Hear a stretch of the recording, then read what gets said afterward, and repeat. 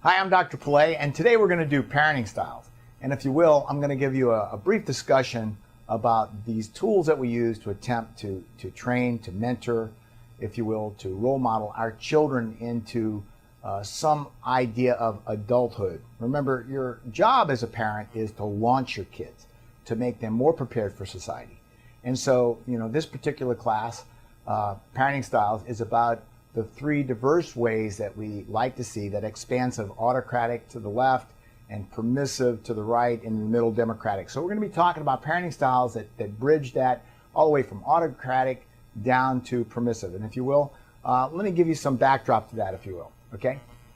First of all, let me explain to you what autocratic means. Autocratic means rule regulated. Okay. This is a family where mom and dad execute a rigid style of discipline that includes lots of laws. Okay. You typically, characteristically see that the parents are intolerant. Intolerant, it's black, it's white, there's no gray. I don't accept anything other than do what I tell you to do. There is no question about this. These families tend to be black and white. It's the idea that I clearly have directed what the laws and rules are, and there is no question about this. And if you will, autocratic families tend to be regimented. Think about that word military, the military, and how we, yes sir, no sir, and we walk and we march and we try to be obedient. That's the notion of regimen, okay? Next, I want you to think to the, if autocratic is to the far left, I want you to go to the far right, which would be permissive. So imagine this continuum, okay? Permissive parenting styles. These are families that are overly flexible. Unlike the other, which is rigid, think about flexibility, okay? They're loose as a goose. Now, because we tend to be too flexible, there tends to be a tolerance. See, now we're away from that black and white, that idea of rigid. We tolerate gray areas. In fact, sometimes the gray areas are so big that the parents are overly tolerant. They don't react appropriately when their children are failing in school or their grades are not what they should be. So we see that notion of, too much gray, not enough black and white. And if you will, there are few or no rules. Maybe if you will, it might help you to give an example, but I had a lady who, she worked from early in the morning to late at night. She was an absent parent, if you will. The kids were in their teens, old enough to, in her mind, to be alone. But because of her lack of presence, there was no idea that when you get off of school, you come home, you change your clothes, you do your homework. By the way, we eat at 6, you go to bed at 8. See, that idea that she was permissive because of her work and her job responsibilities, but in her mind, when she was present, she didn't see it that way. Well, the truth is, as an absent parent, sometimes I don't have the ability to be there to give you that influence. So if you will, the last idea about permissive, there's just very few limitations. And those notions of limitations have to do with value systems and that code of conduct that you have. You see, when we are not present enough, then the value system of the parent, which might be present, tends to not be executed in the family's lifestyle. And therefore, we wind up with this absent parent who is, in fact, way too liberal, and the limitations don't exist because she's not present enough for them to be there.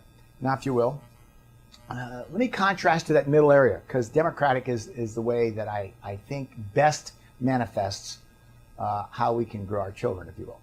Understand, all children, when they're first born, 3 or 4 years old, are raised in an autocratic. Lots of rules.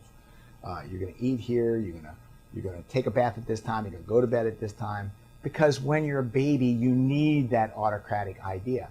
But as I move you to adulthood, as I move you through teens, the idea is I'm loosening up. I'm giving you more freedom of choice to exercise, these ideas that I've taught you. Okay.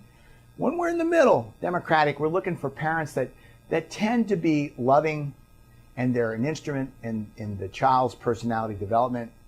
They, of course, are always aware that I've got to start off with a lot of autocratic rules, because my goal is to develop this household lifestyle that trains you to think on your own, so that when I'm not there, you can carry on. Okay. Understand that democratic parents tend to create the process by which we create rules. that teach a child how to own the family values. And that process might be family meetings. That process might be, the end of the school year where we're looking at the next year and how old you are. Gosh, you're going into sixth grade, and in sixth grade you have these additional freedoms. I found that in my own son's school, who's going to Bayshore Christian. Guess what? Sixth graders, they don't have to check in aftercare anymore. They're allowed an hour of free time. That notion that they're exercising some willfulness to participate in a lifestyle, okay? Understand that when we look at democratics, the parent is the mentor. The parent becomes the mentor, because we should always remember that the goal of you as a parent is to launch your child so that your child can live independently and make decisions responsibly. So, that's the whole idea about that democratic notion right in the middle. But if you will, let me give you one more concept that sort of is going to overlay over this, and it has to do with this notion of parental warmth. Parental warmth is so important. The idea that I radiate love, unconditional positive regard to my children, that just tends to be like the sunlight to the seed that was planted, because when the warmth and radiation of the sun is there, then the plant grows, the child grows, the connection occurs. When parents give emotional warmth, the children bond to them. See, that's the key word, bond. I'm not using the word love, I'm using the word bond. They bond in a way that's affectionate, that's endearing, that's responsive. See, because when I bond to you and you're my mom, my dad, and I show you that I love you, then the idea that I'm disappointed is often a tool to bring that child back in to the path of getting along in that notion of growth, okay? Parental warmth. So I'm going to give you two notions, if you will. On the far left, I have parents that are emotionally engaged. We're emotionally engaged, we're warm, we're loving, we tend to encourage our child. Kids make mistakes, that's true, but how can I encourage you through those mistakes to do better next time? We tend to be consequence focused, not punishment focused. Consequences are those things that which we reap as a result. So if I have a bad grade, then the consequence might be that I lose a certain privilege each day, in the sense that now I'm doing some extra studying, I'm doing some remedial work, okay? But understand the notion of consequence, and if you will, when we're emotionally engaged, we tend to want to validate the child's feelings. We want to validate that you are important to me, you are my son, you are my daughter, we are in this together. That idea of warmth, validation, validating feelings, okay? Remember, without feelings, there is no relationship. You might have heard me say this before, but work relationships are 90% facts, 10% feelings. Your boss is not your boss because they love you. Your boss is your boss because they regulate payroll and what you get done during the day. Love relationships are 90% feelings and 10% facts. See? The idea that my children and those members of my family are around me, not because they make money or contribute to the household, but because I love them and I'm going to be a part of this institution that creates this notion of growth. Okay? On the other extreme, though, I have the emotionally disengaged parent. And I get this a lot with blended families. I get where a mom who has bonded to their biological children, now that mom is separated from the biological father of those children, and I got mom living with kids, she begins to date, she marries, and now I got a father who comes in a parent who comes in who's not the father to these children, but I'm going to straighten this up. Okay, I'm going to show you little guys who's the boss. And we see this emotionally disengaged parent that tends to be cold, observing. They're watchful. They're looking for any indications of the children stepping out of bounds. They tend to be demanding. I want this done, and I want that done, and this is important. But remember, it's the facts that are important, not the feelings. We talked about work relationships, 90% facts, 10% feelings. So the non-biological partner comes in, and it's like work. We run the household like it's a job. It's a place where we're going to get this done and we're going to do that. And so the demanding part of it tends to be eroding and wearing down of any possibility of a bond. Unfortunately, this punishment aspect comes out because, when you work for somebody and you don't do a good job, they either cut you off or fire you. They hurt you in your pocket. When parents tend to be demanding, they tend to become punishment oriented by taking away privileges and rights. They tend to be more punitive in punishing. And so now that child sees the parent coming or the step parent coming, and now, my God, I got to stay away from this person because this person's going to hurt me. This person is abusing me, if you will. The idea of no emotional bond there. And then finally, if you will, when we talk about parents that are emotionally disengaged, we tend to see them as being very actions focused. Do this, do that, go here, go there. And there's no idea about feelings, if you will. In couples relationships, I have a part there where if the statement I like to make is, it's not what's happening that's important in a relationship, it's how the person feels about what's happening. And when we tend to be actions focused, we're focused on what happened, not how we feel about what happened. And that can lead to a really horrible parent-child relationship, okay? If you will, let me talk about this, where this is all getting to, because as I've contrasted autocratic to the far left and permissive to the far right, I now want to throw across this notion on the left-hand side about emotionally engaged and emotionally disengaged, okay? Because when I work with an emotionally engaged autocratic family, that's a dad or mom, they love their kids, they're committed to raising their kids, but my God, I was raised in a military household and I was taught, that a household should be rules focused. And when we're rules focused, we're intolerant, and I'm going to do this for you because it's good for you. What's good for the child is why I'm all here. And so it hurts me because I love them to death, but I'm going to make sure that they are consequence focused. And when you look at the autocratic, emotionally engaged family, and you contrast that to the autocratic, disengaged family, gosh, how different is that, okay? And if you will, this is classic for me, because so often it is the lady who has 3 kids that has now met somebody, Mr. Right, brought Mr. Right into her home. Now Mr. Right's going to straighten those kids up. See, he's emotionally disengaged. See, I love your mom, but I don't have a relationship with you.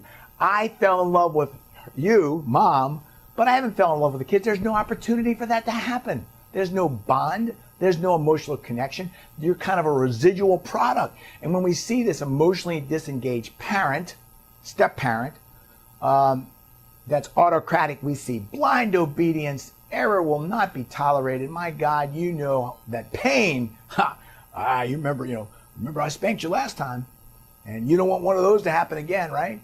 The idea that I am black and white, and finally this last notion of punishment-oriented.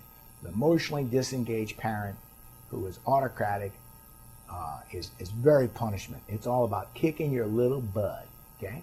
And you can imagine, how that works to, if you will, for the child to resist having a connection. Remember, emotional connection by the child and the parent is vital. If it don't occur, then, you got rough times ahead, okay? If you will, I want to contrast to the far right, where I'm talking about permissive parents that are emotionally engaged. And I see this too often, where I've got children that aren't going to school, they're not doing well, they are not attending class, and I talk to the mom, and the mom says, but they're such good kids. See, she's so involved with the children, but because she came from a background that lacks that notion of discipline, and there is no discipline. I live my life through my children are my life, but I'm not interested, if you will, enough in my children in an emotionally engaged way to be tied into the school system. And I had a lady recently, 4 kids, a set of twins. The older child hadn't been to school. He's 20 years old. He had dropped out at, I think, 11th grade when he had already failed 3. And when you try to talk to her about the kids and where they're going, oh my God, doting, loving, overly involved, not in their activities outside the home, overly involved in their emotions about I'm your mom and you're my child and I love you and your feelings are hurt. Oh, you poor thing. The child has too much power in making decisions. The parent is overly protected. And, I classically see the permissive, emotionally engaged mom as an enabler or a rescuer. We have a class on codependence, but if you will, those 2 notions, I rescue you when, life is awful and you need to be cared for, if you will. A classic example of rescuing is maybe a friend of yours who's lost their job due to irresponsibility, can no longer pay their rent, and they're about to be homeless, so you let them move into your house. You're going to rescue them from their consequences of their own irresponsibility, versus enablers that tend just to give too much. They give more than what is logical for that particular situation, if you will. Where I see a lot of enabling, I see women who are working 40 hours a week, overtime. They've got a live-in boyfriend who's not working, who's not really making any effort, and he's sitting around the house drinking beer all day, and yet there she is providing a house and sharing her income, enabling, okay? Now, I used a female to male example, but I've also can give you lots of examples where I see men that have enabled their partner that possibly has some other issues going on like drinking or alcohol, and there's the male, if you will, providing that secure, safe environment when there's a lot of reasons to say you need to stop. You're not learning from your mistakes, okay? And if you will, let me give you that last example about the emotionally disengaged, permissive. I have had clients that, they didn't intend to get pregnant. They got pregnant. I had a lady, she was in sales and she really enjoyed what she did, and all she could look forward to is to, get rid of being pregnant and get back to work, And so grandma was raising her child. She just didn't want to be involved. She had no interest in being a parent. And so I had emotionally disengaged, permissive, uninvolved, distant, removed, and very, very disconnected. And unfortunately, years later, when the child's 7, 8, 9 years old, the child's parent really is the grandparent and not the mom, the biological mom. And there was no connection. And so here we have later in life, we've got the biological parent coming to talk to me because she doesn't understand how I've gotten to this situation where my own children don't like me and don't care for me. And to be frank with you, she really hadn't allowed for herself to be emotionally involved with those kids. And she was so distant that she was uninvolved. She was emotionally disengaged and permissive. Excuse me. Next slide. Let me tell you where we're going with all this, if you will. And one more. There you go. Where I'm going with this is for you to recognize that each of these, whether it be autocratic to the left or democratic to the permissive to the right, has their pros and their cons. And when you try to be democratic, you're trying to work towards that center place, the loving parent that has the goal of launching the kids, you're creating rules, you want to be a mentor. That's what your goal is. But it's not really that simple because we tend to fluctuate. We tend to, on some things, parents are very, very autocratic. For instance, I have families that are very big believers in the educational system, and anything with school is about rules. You're going to come home, you're going to do your homework, and after you do your homework, then you can have these ideas of relaxation and free time. But then they're very permissive in terms of, well, once you finish all of your responsibilities around the house, then, you can go out and play, just be home by dark. So it's not black and white in terms of in the idea that we're all of one or all the other. The notion, though, that as an emotionally engaged parent, when I work to maintain that balance, yes, there's some things that you're going to have to be very strict about. And in terms of if you have a child that really doesn't like school, then you may find yourself creating a lot of rules about getting your homework done, et cetera, et cetera. Or if you have a child that's just a pig, just doesn't pick up after themselves, the house is always a mess, the clothes are, then you may very well find yourself being autocratic in that area too. Also, keep in mind, some children just sort of naturally are inclined to pick up after themselves with a little bit of mentoring, if you will. Some kids love school, and yet you might find yourself, if you will, that you're permissive, but you don't realize you're permissive because your child has that natural characteristic to do it on their own. I recently had a couple that was just like that. They had one child that they don't remember ever having to tell that child to pick up after themselves, or to wash dishes, or to pick up their clothes, or to do studying, etc. And they were truly bewildered by this other child that just needed constant hovering and watchfulness because they were so out of control. And they were looking at me saying, how did we go wrong? What mistakes have we made? And the truth is, there were no mistakes. The individual characteristics and personality propensities of each child are such, you may not even realize that you're permissive because your child is so inclined to get into the groove of working towards, that appropriate parent-child relationship. And they're doing good in school, and they're picking up after themselves, and they're responsible, etc. And so this is one of these things you have to reflect back at yourself and take an inventory, okay? Again, this is a really good class. I just want you to take a look at your parenting style. In the big picture, just recognize these differences. if you've identified that you're permissive and emotionally engaged and you tend to do that too much, or if you tend to, and I had one lady who called me and says, I just realized that my dad was military and my husband's in the military, and oh my God, I never realized how autocratic I am, and I am emotionally engaged. And so the question is, how do I balance myself? How do I move from this into the center? And that's the purpose of this particular briefing, to just give you the ideas that you might want to find something that's more middle ground, and to give you that sort of a lay of the land to know what this is all about, okay? Again, I'm Dr. Pilet. I hope you've enjoyed this. Again, the topic was autocratic, democratic, and permissive parenting styles. Thank you very much.